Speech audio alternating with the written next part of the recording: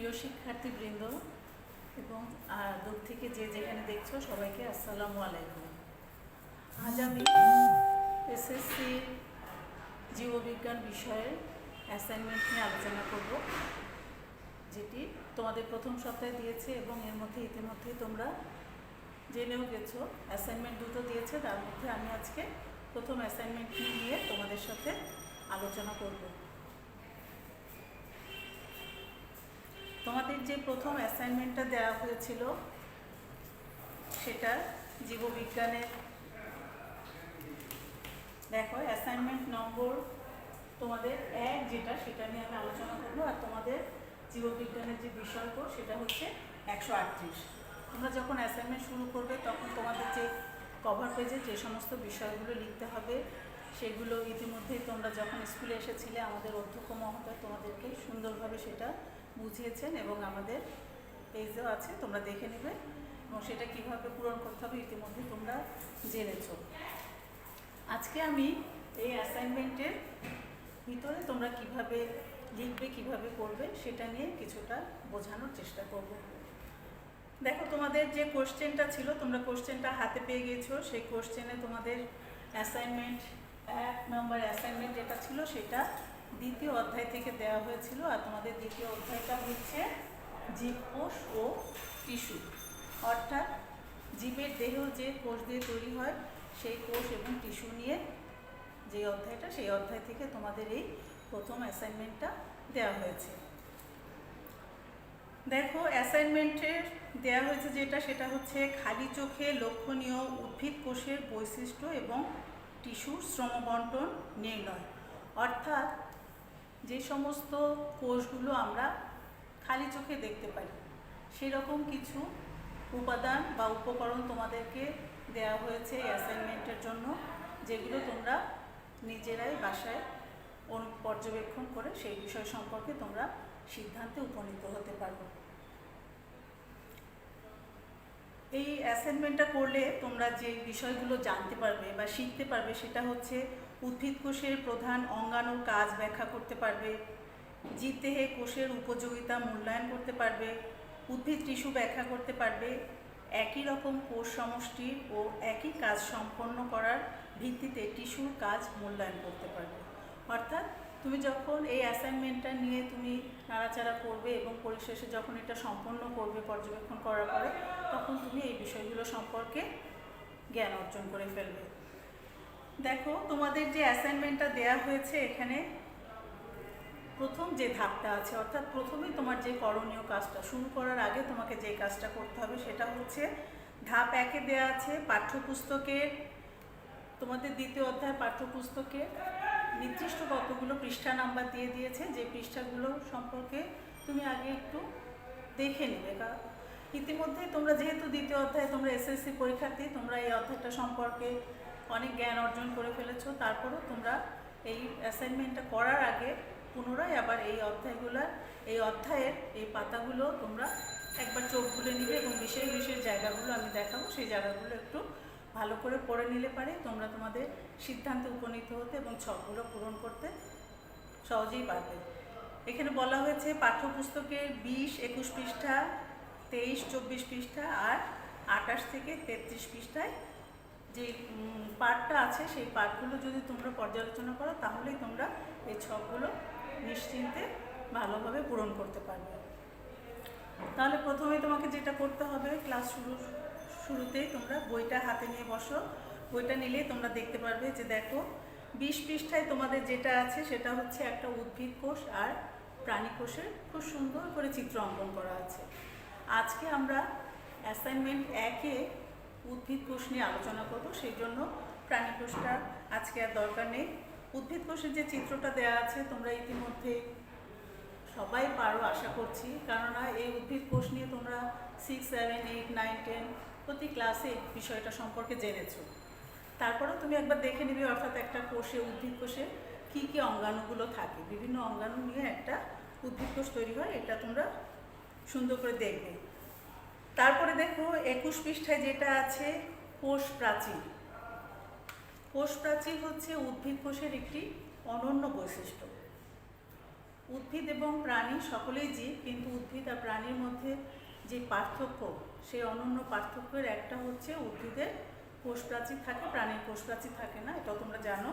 কোষ প্রাচীরে কী হয় দেখো, কোষ প্রাচীরের রাসায়নিক গঠন বেশ জটিল। এতে cellulose, hemicellulose, lignin, pectin, suberin ইত্যাদি রাসায়নিক পদার্থ থাকে।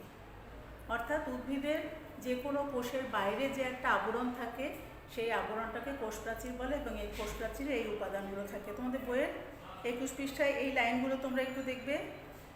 আর একটু নিচের দিকে এসে দেখবে যে কোষ প্রাচীর কোষকে দৃঢ়তা প্রদান করে, কোষের আকার আকৃতি বজায় রাখে। অর্থাৎ এই কোষ প্রাচীরটা কী কাজ করে?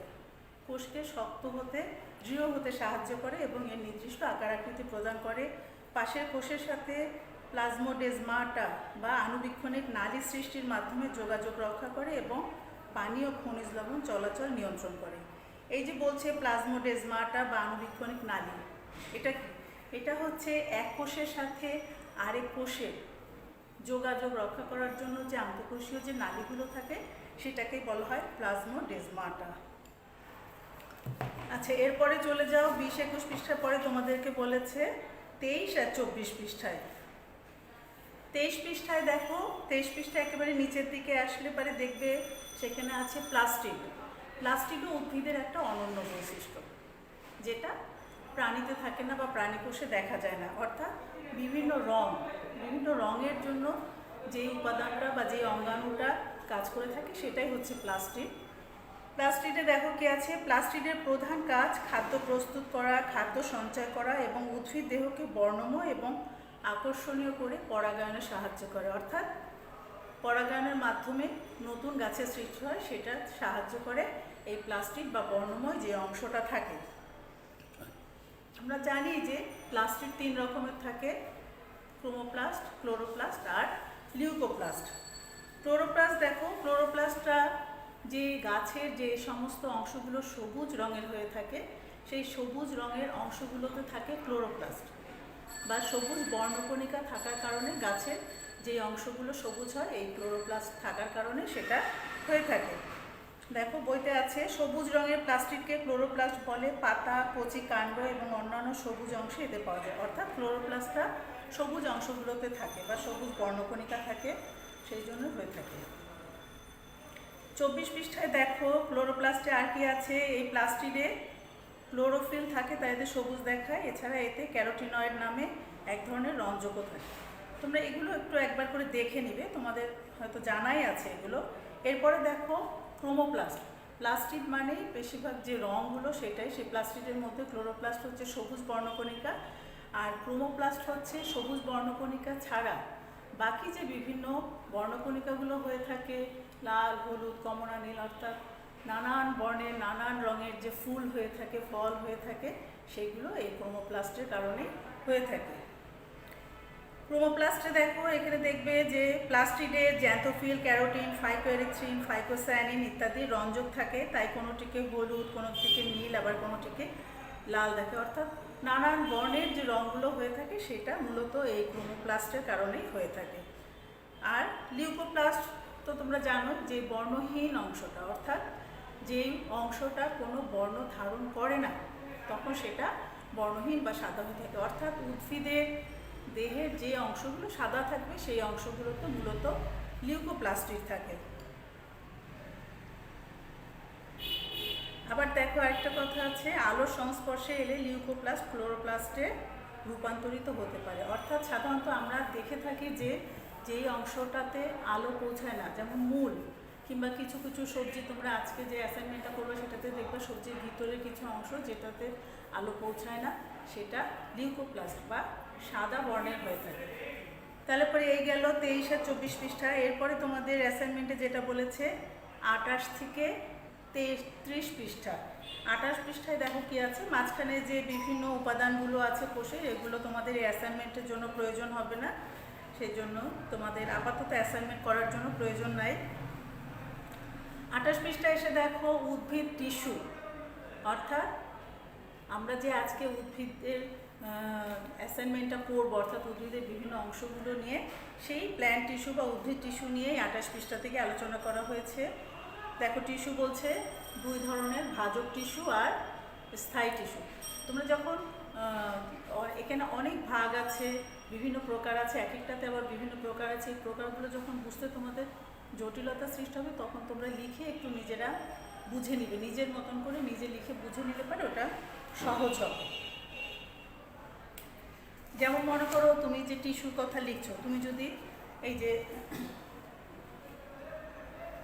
ভাজক টিস্যু আর স্থায়ী টিস্যুর কথা যে এখানে বলা হয়েছে, তুমি যদি এই ভাজক টিস্যু আর স্থায়ী টিস্যুর কথা লিখে থাকো,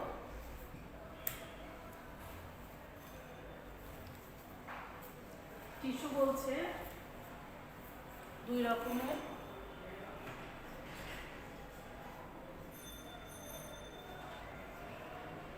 টিস্যু, একটা হচ্ছে ভাজক টিস্যু আর একটা হচ্ছে স্থায়ী টিস্যু।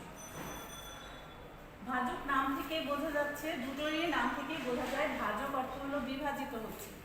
গাছের যেই অংশগুলো বর্ধনশীল, যেই অংশগুলো দ্রুত বিভাজিত হচ্ছে, সেই অংশে যে টিস্যুগুলো থাকে সেটাকে বলা হয় ভাজক টিস্যু। অর্থাৎ মূলের অগ্রভাগে, কাণ্ডের অগ্রভাগে, পাতার, অর্থাৎ গাছটা যখন ক্রমান্বয়ে বৃদ্ধিপ্রাপ্ত হচ্ছে, উদ্ভিদটা সেই বৃদ্ধিপ্রাপ্ত অংশগুলোতে যে টিস্যুগুলো থাকে সেটাকে বলা হয় ভাজক টিস্যু। এই ভাজক টিস্যুগুলোই একটা পর্যায়ে যে আর বিভাজিত হয় না, অর্থাৎ গাছটা একটা নির্দিষ্ট আকার আকৃতি পাওয়ার পরে সেটা কিন্তু আর বড় হয় না। সেই অবস্থাটা যখন আর বিভাজিত হচ্ছে না তখন তাকে বলা হয় স্থায়ী টিস্যু। ভাজক টিস্যুর কোষগুলো বিভাজনে সক্ষম দেখো, কিন্তু স্থায়ী টিস্যুর কোষগুলো বিভাজিত হতে পারে না।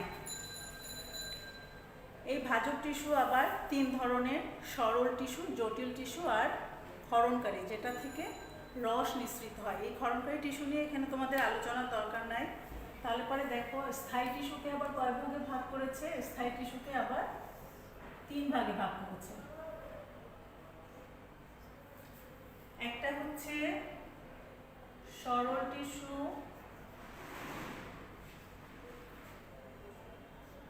জটিল টিস্যু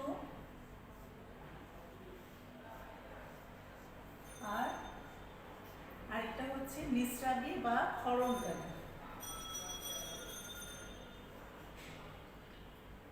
ক্ষরণকারী মানে যেখান থেকে কিছু নিঃসৃত হয়, বের হয়, ক্ষরণ হয়, সেটাকে বলা হয় ক্ষরণকারী। এই স্থায়ী টিস্যুকে আবার তিন ভাগে ভাগ করা আছে, সরল এবং জটিল। সরল টিস্যুকে আবার কতগুলো ভাগে ভাগ করা হয়েছে, সেই সরল টিস্যুকে ভাগ করা হয়েছে তিন ভাগে, প্যারেনকাইমা, কোলেনকাইমা এবং স্ক্লেরেনকাইমা। তাই তো তোমরা তো এই বিষয়ে জানো মোটামুটি, তারপর আমি একটু আলোচনা করছি। সরল টিস্যুকে তিন ভাগে ভাগ করা হয়েছে, একটা হচ্ছে প্যারেনকাইমা, আরেকটা কোলেনকাইমা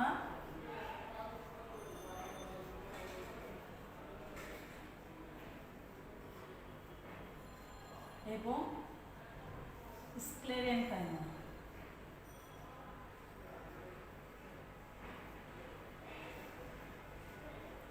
বানানগুলো খেয়াল করবে তোমরা, অ্যাসাইনমেন্ট লেখার সময় যেন বানানগুলো ভুল না হয়ে যায়, কারণ বিজ্ঞানের বিষয়গুলোতে ইংরেজি বানানগুলোরই অনেক সময় বাংলা উচ্চারিত হয়ে থাকে, তো সেই জন্য বানানগুলোকে একটু জটিল মনে হতে পারে, কিন্তু বানানগুলো লেখার সময় তোমরা সতর্ক থাকবে।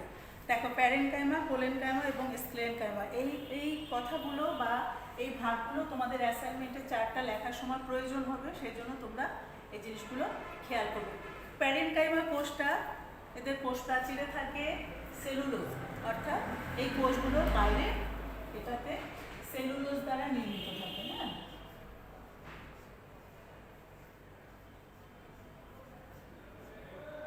আর কোলেনকাইমার যে কোষগুলো থাকে সেই কোষগুলো পেকটিন, সেলুলোজ ও পেকটিন দ্বারা থাকে এবং এটা বেশ একটু দৃঢ় হয়ে থাকে বা শক্ত হয়ে থাকে, সেলুলোজ আর পেকটিন দ্বারা হয়।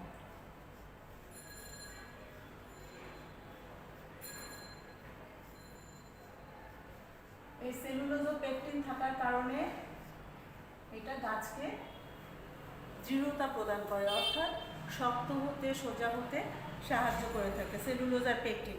এরপরে যে স্ক্লেরেনকাইমা আছে, এই স্ক্লেরেনকাইমা লিগনিন দ্বারা তৈরি হয়ে থাকে। হ্যাঁ,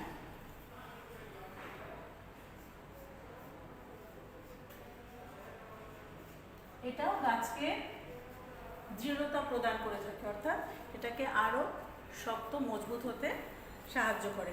এরপরে দেখো সরল টিস্যু 3 প্রকারে, আবার জটিল টিস্যুগুলোকে আবার বিভিন্ন ভাগে ভাগ করা যায়। এই সরল টিস্যু যে প্যারেনকাইমা, কোলেনকাইমা, স্ক্লেরেনকাইমা, এদের আবার বিভিন্ন ভাগ আছে। স্ক্লেরেনকাইমাকে আবার 2 ভাগে ভাগ করা যায়, একটা হচ্ছে ফাইবার আর একটা হচ্ছে স্ক্লেরাইড। ফাইবার বা আঁশ যেটা থাকে, অর্থাৎ আমরা যে কোনো খাবার খাওয়ার সময়, অনেক খাবার খাওয়ার সময় দেখবা যে বেশ আঁশযুক্ত থাকে, এই আঁশগুলোকেই বলা হয় ফাইবার। আর স্ক্লেরাইড হচ্ছে যেটা শক্ত, কঠিন, মৃত হয়ে যায়। যেমন আমরা এই অ্যাসাইনমেন্টটা করার সময় দেখব কোনো ফলের বা কোনো কিছুর আটিটা যে থাকে সেটা ফলের চেয়ে বেশ বা শ্বাসের চেয়ে বেশ শক্ত হয়ে থাকে, সেটাকে বলা হয় স্ক্লেরাইড। হ্যাঁ, এই স্ক্লেরেনকাইমাটা আবার 2 ভাগে ভাগ করা যায়, একটা হচ্ছে ফাইবার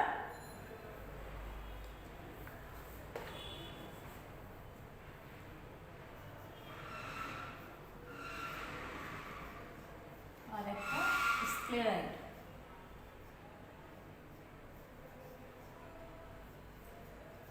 স্ক্লেরাইডটা থাকে শক্ত, কঠিন আবরণ। তাহলে দেখো প্যারেনকাইমা টিস্যুগুলোকে 2 ভাগে ভাগ করা যায়, ভাজক টিস্যু, স্থায়ী টিস্যু। স্থায়ী টিস্যুকে আবার 3 ভাগে ভাগ করা হয়, সরল, জটিল আর ক্ষরণকারী। এই সরল টিস্যু আবার 3 ভাগে বিভাজিত, প্যারেনকাইমা, কোলেনকাইমা, স্ক্লেরেনকাইমা। প্যারেনকাইমার কোষপ্রাচীরটা সেলুলোজ দিয়ে নির্মিত থাকে, কোলেনকাইমা কোষপ্রাচীরটা সেলুলোজ পেকটিন দিয়ে নির্মিত থাকে, স্ক্লেরেনকাইমা থাকে লিগনিন দিয়ে। কোলেনকাইমা, স্ক্লেরেনকাইমা একটা উদ্ভিদকে দৃঢ়তা প্রদান করতে সহায়তা করে থাকে। এই স্ক্লেরেনকাইমা আবার 2 ভাগে বিভক্ত, একটা ফাইবার, একটা স্ক্লেরাইড। এরপরে দেখো 30 পৃষ্ঠায় চলে আসো। 30 পৃষ্ঠায় জটিল টিস্যু দেখো। জটিল টিস্যুকে আবার কয় ভাগে ভাগ করেছে? জাইলেম আর ফ্লোয়েম, 2 ভাগে ভাগ করেছে। আচ্ছা, আমি মুখেই বলছি, তোমরা শোনো। জটিল টিস্যুকে আবার 2 ভাগে ভাগ করেছে, জাইলেম আর ফ্লোয়েম। জাইলেমকে আবার 4 ভাগে ভাগ করেছে, ট্রাকিড, ভেসেল, জাইলেম প্যারেনকাইমা আর জাইলেম ফাইবার। ফ্লোয়েমকেও ঠিক তেমনি 4 ভাগে ভাগ করেছে, সিপ কোষ, সঙ্গী কোষ, ফ্লোয়েম প্যারেনকাইমা এবং ফ্লোয়েম ফাইবার। এখন দেখো জাইলেমটাকে যে 4 ভাগে ভাগ করেছে, ট্রাকিড, ভেসেল, এগুলোর বৈশিষ্ট্য সম্পর্কে একটু দেখো। 31 পৃষ্ঠায় ট্রাকিড দেখো। ট্রাকিডগুলো কীরকম হয়ে থাকে? এদের প্রাচীরের পুরুত্ব কয়েক ধরনের হয়ে থাকে, অর্থাৎ প্রাচীরটা, কোষের যে বাইরের যে প্রাচীরটা থাকে সেটা আবার নানান রকমের পুরুত্ব বা ঘন হয়ে থাকে। একটা বলয়াকার, সর্পিলাকার, সোপানাকার, কূপাকার। তাহলে এই যে বলয়াকার বলছে, সর্পিলাকার বলছে, এগুলো আসলে কেমন জিনিস? বলয় বলতে দেখো, বলয়াকার হচ্ছে এরকম বলয় বা ঘূর্ণিঝড়ের মতো যেটা আসে সেটা হচ্ছে বলয়াকার। এটা হচ্ছে বলয়াকার। আর এরপরে বলেছে সর্পিলাকার। সর্পিলাকার মানে পেঁচানো, সাপের মতো। এই মনে করো এটা হচ্ছে সর্পিলাকার।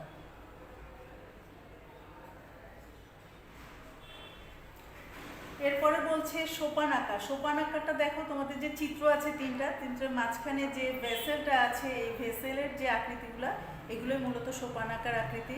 আরেকটা আছে কূপাকৃতি, কূপাঙ্কিত। এই কূপাঙ্কিত হচ্ছে কূপের মতন বা যার ভিতরে গভীর খাদ আছে, গর্ত আছে, সেটাকে বলা হয় কূপাঙ্কিত।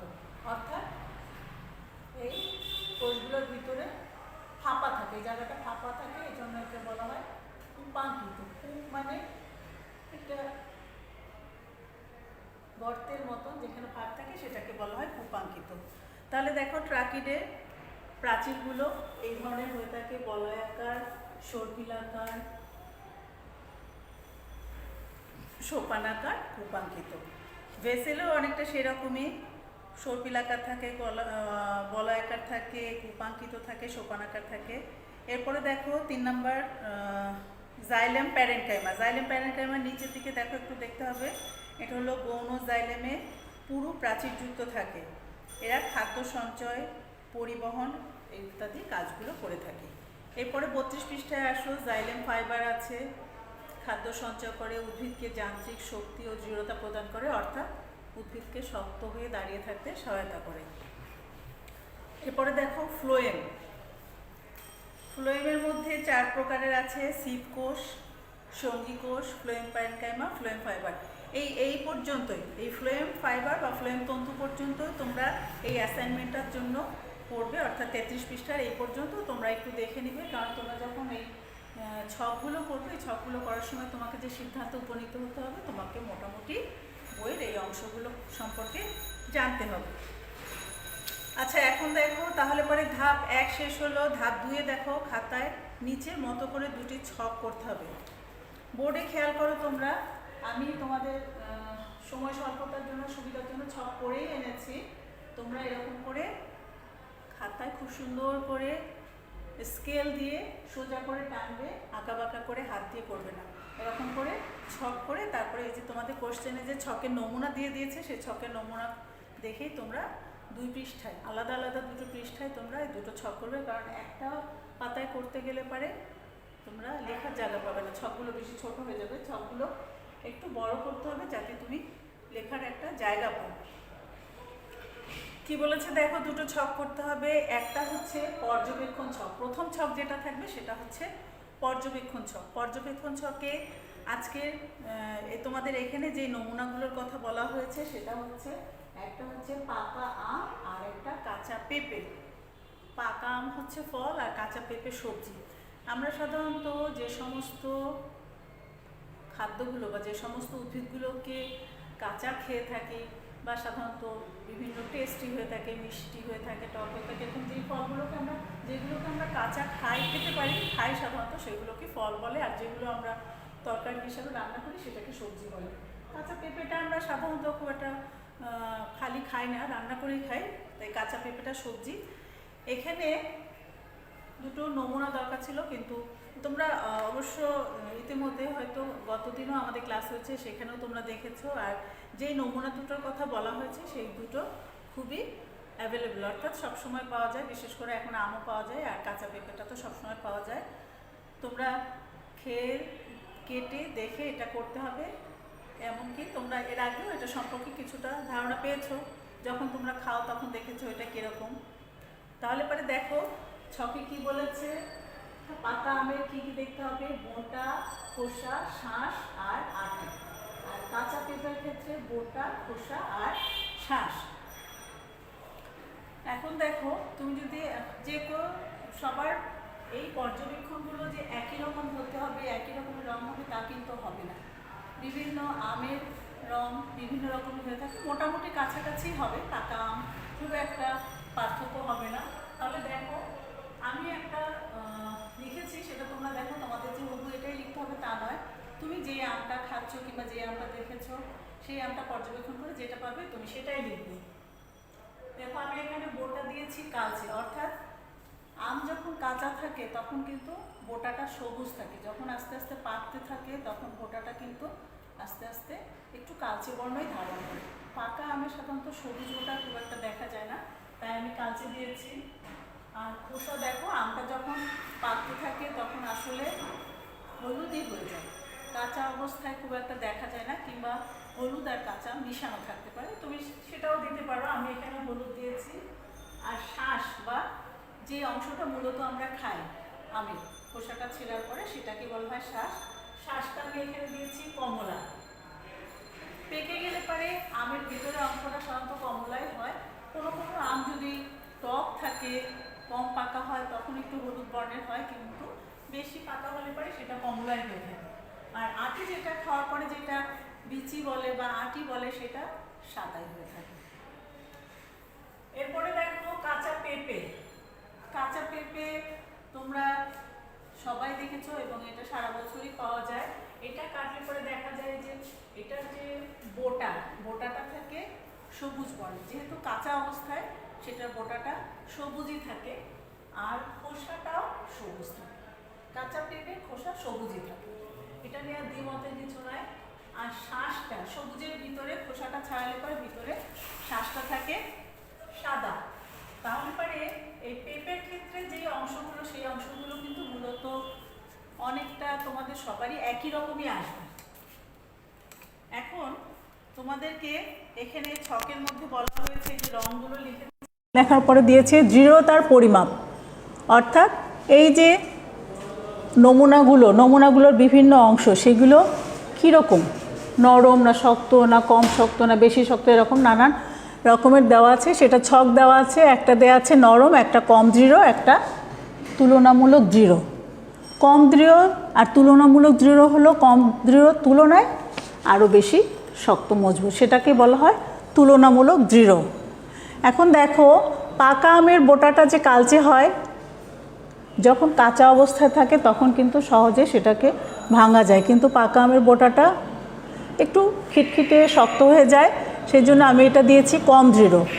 আর খোসা দেখো হলুদ যখন হয়ে যায় তখনও তুমি যখন ছিলতে যাবে তখন তুমি একেবারে খুব সহজেই যে ছিঁড়ে ফেলতে পারবে তা কিন্তু নয়, হয় তোমাকে হাত দিয়ে ছিঁড়তে গেলেও একটু তোমাকে সে দৃঢ়তা প্রদর্শন করবে, কিংবা ছুরি দিয়েই কাটো তোমাকে কিছুটা শক্তি ব্যয় করতে হবে, সেই জন্য এটাকেও আমি কম দৃঢ় দিয়েছি।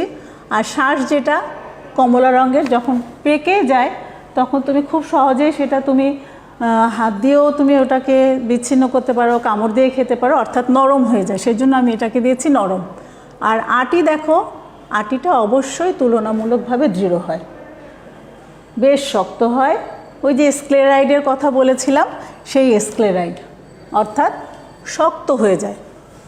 আচ্ছা, এরপরে কাঁচা পেঁপে দেখো, কাঁচা পেঁপের বোটাটা থাকে গাঢ় সবুজ।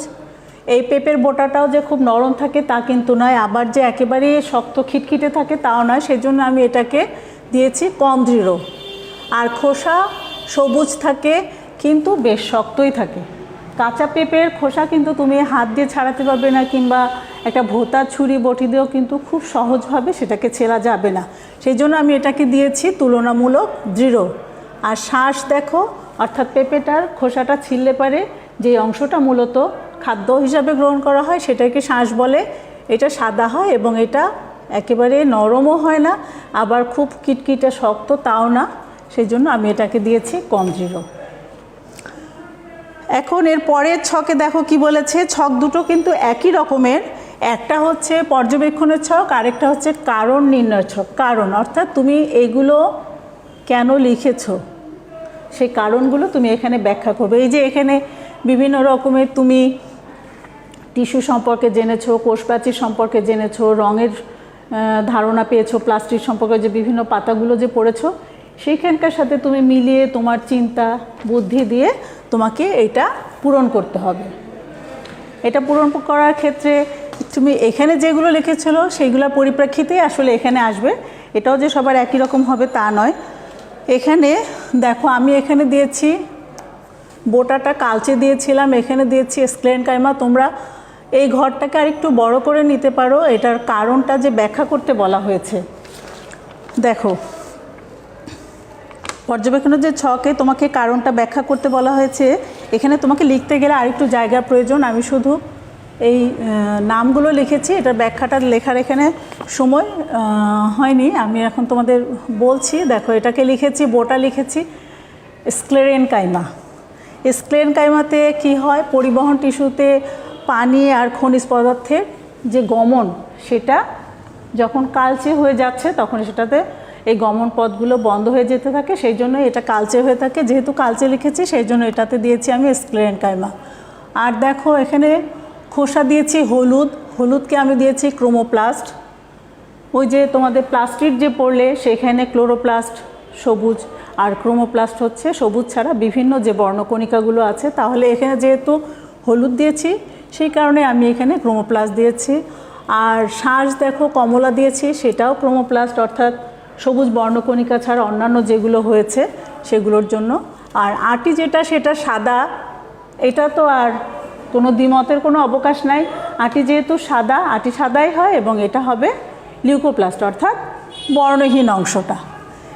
এরপরে কাঁচা পেঁপেতে দেখো বোটা দিয়েছি গাঢ় সবুজ।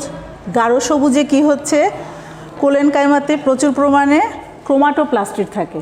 হ্যাঁ, এই প্লাস্টিডের যে ক্রোমাটোপ্লাস্টিড থাকার কারণে এটা সবুজ হচ্ছে, সেই জন্য এটা আমি কোলেনকাইমা দিয়েছি। আর খোসা সবুজ দিয়েছি স্ক্লেরেনকাইমা, এটা আরেকটু শক্ত হয়ে থাকে সেই জন্য এটা স্প্লেন কাইমা দিয়েছি। আর সবুজ হচ্ছে, এটা সবুজ হয় কিন্তু অনেক ক্ষেত্রে বোটার চেয়ে একটু কম সবুজও হয়ে থাকে। আর শ্বাস সাদা হলে লিউকোপ্লাস্টি হবে, এটাতে আর চিন্তা করার কিছু নেই। এরপরে দেখো তোমাদের ধাপ 3 যেটা আছে, এই ধাপ 3-এ বলেছে পর্যবেক্ষণের ছকটি আগে পূরণ করতে হবে। হাত, ছুরি, বটি ইত্যাদি ব্যবহার করে উল্লেখিত ফল ও সবজির খোসা ছাড়িয়ে অথবা কেটে খাওয়ার সময় প্রতিটি অংশের দৃঢ়তা লক্ষ্য করে সেই অনুসারে সেসব ঘরে টিক চিহ্ন দিতে হবে। আর যেসব ঘরে কোনো বৈশিষ্ট্য প্রযোজ্য নয় সেগুলো ক্রস চিহ্ন দিতে হবে। তবে রঙের ঘরে রঙের নাম লিখতে হবে। এই যে টিক চিহ্ন আর ক্রস চিহ্ন যে দিয়েছি। তারপরে দেখো ধাপ 4-এ বলেছে পর্যবেক্ষণের ছকে যা কিছু উল্লেখ করা হয়েছে কারণ নির্ণয়ের ছকে সেগুলো সমতুল্য ঘরগুলোতে সেই বৈশিষ্ট্যগুলোর কারণ লিখতে হবে।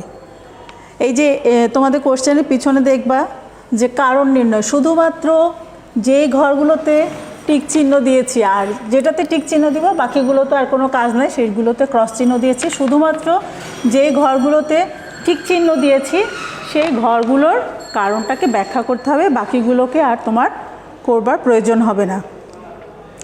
এভাবে তাহলে কি হবে দেখো, সমতুল্য ঘরগুলোতে সেই বৈশিষ্ট্যগুলোর কারণ লিখতে হবে। রঙের বিভিন্নতার কারণগুলো প্রতিটি ঘরে একটি করে, মোট 7টি ঘর হবে। কেমন করে 7টি ঘর হবে? এখানে দেখো 1 2 3 4 আর এখানে 3টা 5 6 7, এই 7টা ঘরের কারণটা তোমাকে ব্যাখ্যা করতে হবে যে তুমি কেন হলুদ লিখেছো, কেন কমলা লিখেছো, কেন এটা ক্লোরোপ্লাস্ট হলো, কেন ক্রোমোপ্লাস্ট হলো, এটার কারণটা তোমাকে লিখতে হবে। তোমার এই বইয়ের পাতাগুলোকে অনুসরণ করে তোমাকে এটার ব্যাখ্যাটা লিখতে হবে। তাহলে পরে 7টা ঘর হবে। এরপরে বলেছে দৃঢ়তার বিভিন্ন মাত্রা ক্ষেত্রে পর্যবেক্ষণের ছকে প্রতিটি সারিতে শুধু যে ঘরে টিক চিহ্ন দেওয়া হয়েছিল সেই ঘরের সাপেক্ষে কারণ উল্লেখ করতে হবে। ক্রস চিহ্নিত ঘরসমূহের কারণ উল্লেখ করার প্রয়োজন নেই। তাই দৃঢ়তার মাত্রা বিভিন্নতার কারণও মোট 7টি হবে। অর্থাৎ এখানে যেমন 7টা ঘর হয়েছে, এখানে সেই 7টা সম্পর্কে তুমি বর্ণনা করেছো এবং এটার কারণ উল্লেখ করে যে ব্যাখ্যা করবে সেটাও 7টা ঘরই হবে। বাকি ঘরগুলো ফাঁকা থাকবে, ওইটা নিয়ে তোমাকে কোনো কিছুই লিখবার প্রয়োজন হবে না। সাবধানতা, ধারালো যন্ত্র ব্যবহারের সময় যেন হাত না কেটে যায় সে ব্যাপারে সাবধান থাকতে হবে। অবশ্যই পরিবারের বয়োজ্যেষ্ঠ কারো তত্ত্বাবধানে কাজটি করতে হবে। দেখো যখন ফলটা নরম থাকে, পাকা থাকে, তখনও সাবধান হতে হবে, কারণ খোসাটা কাটার সময় খুব ভোঁতা ছুরি দিয়ে কাটাটা সম্ভব হয় না, কিংবা ভোঁতা বটি দিয়েও হবে না। ধারালো জিনিস দিয়ে কাটার নিয়ম আছে, সাবধান থাকতে হবে। সেই জন্য তোমাকে সাবধানতা অবলম্বনের জন্য তুমি বয়োজ্যেষ্ঠদের সাহায্য নেবে। এভাবে তুমি এই ছকগুলো পূরণ করবে। আর অ্যাসাইনমেন্টটা করার সময় তুমি প্রথমেই এই ছকটা তোমার যে A4 সাইজ কাগজ নেবে সেই কাগজে প্রথমেই লেখা শুরু করবে না। প্রথমে তুমি রাফ জায়গায় অবশ্যই এই ছকগুলো করে তুমি একটা ডিসিশনে উপনীত হবে। তারপরে তুমি ফ্রেশ করে এবং বানানগুলো লেখার সময় সাবধান থাকবে যাতে তুমি রাফ লিখবে, এবং যখন তুমি ফেয়ার করবে তখন তুমি ধীর শান্ত মাথায় একেবারে গভীর কনসেন্ট্রেশন দিয়ে এই কাজটি করবে। মনোযোগ যত ভালো থাকবে, একাগ্র থাকবে, ততই তোমার ভুল ভ্রান্তি কম হবে। সেই জন্য তোমার এখন এটাই কাজ, এটাই তোমার একমাত্র কাজ, ধ্যান জ্ঞান। এটাকে তোমাকে খুব সুন্দরভাবে প্রেজেন্ট করতে হবে। অনেক কিছু জানার পরেও যদি তুমি অ্যাসাইনমেন্টের প্রেজেন্টেশন সুন্দর না হয় তাহলে পরে সেই তোমার কাঙ্ক্ষিত নাম্বারটা তুমি পাবে না। সেই জন্য এখানে দেখো যে 4টা ধাপ দিয়েছে পারদর্শিতার মাত্রা, অর্থাৎ তুমি কেমন পারছো, আর তোমার নাম্বার মূল্যায়ন নির্দেশনা যে রুব্রিক্স আছে সেখানে দেখো 1 নাম্বার পাওয়ার জন্য কী করতে হবে, 2 নাম্বার পাওয়ার জন্য 3, সেইগুলো তোমার দেখবার প্রয়োজন নেই। তুমি 4 নাম্বার কেমন করে পেতে পারো, অর্থাৎ তোমার এই অ্যাসাইনমেন্টটা করলে পরে এখানে নম্বর আছে 12। এই 3 ভাগে যে তোমাকে সম্পূর্ণ করতে হবে, তাহলে পরে তোমার 3টা ভাগে 4 4 করে 3 4 12 নাম্বার পাবে। তুমি 4 কেমন করে পাবে, অর্থাৎ সর্বমোট 12 কীভাবে পাবে সেটা নিয়েই তোমার টার্গেট থাকবে এবং তুমি সেই চেষ্টা করবে। এটা বাসায় বসে করছো, তুমি নিশ্চিন্তে করবে। এখানে তোমার কোনো কিছু না পারার কিংবা কোনো কিছু খালি রেখে যাওয়ার কিন্তু কোনো অবকাশ নেই। সেই জন্য 4 পাবে, এই একাগ্রতা নিয়েই তুমি লেখাটা শুরু করবে। প্রথম ধাপে কি বলেছিল দেখো, নমুনাসমূহের পর্যবেক্ষণের ছক। এটা করার পরে দ্বিতীয় ধাপে কারণ নির্ণয়ের ছক, আর তারপরে গয়ে এসে বলেছে কারণ নির্ণয়ের ছকে দৃঢ়তার বিভিন্ন মাত্রার কারণ। এই যে এগুলো এরকম কেন দৃঢ়, এই মাত্রার কারণটা যে তুমি পরের ছকে ব্যাখ্যা করবে। এই 3টা ছক ধাপে ধাপে একেবারে অঙ্কের মতন তুমি নাম্বার পাবে। তুমি নিখুঁতভাবে লিখবে, নির্ভুলভাবে লিখবে, তাহলে পরে তুমি 4 পাওয়ার আশা করতে পারো। অর্থাৎ 3 4 12 নাম্বার তুমি অবশ্যই পেতে পারো যদি তোমার ইচ্ছা থাকে। কেননা এটা পরীক্ষার হল না যে তোমাকে না দেখে লিখতে হবে, তুমি কোনো কিছু ভুলে যেতে পারো। অ্যাসাইনমেন্ট লিখছো, বাসায় বসে লিখছো, বই খাতা আছে, সমস্ত উপকরণ আছে, তুমি নিশ্চিন্ত মনে এই অ্যাসাইনমেন্টটাকে সম্পূর্ণ করবে। এরকম করে প্রত্যেকটা অ্যাসাইনমেন্টই তোমরা সুসম্পন্ন করবে এবং প্রতিটাতেই খুব ভালো নাম্বার পাওয়ার টার্গেট নিয়েই লেখা শুরু করবে। ইনশাল্লাহ সবাই ভালো করবে। আজকে এখানে এ পর্যন্ত শেষ করছি, আগামীতে হয়তো আবার দেখা হবে। আল্লাহ হাফেজ।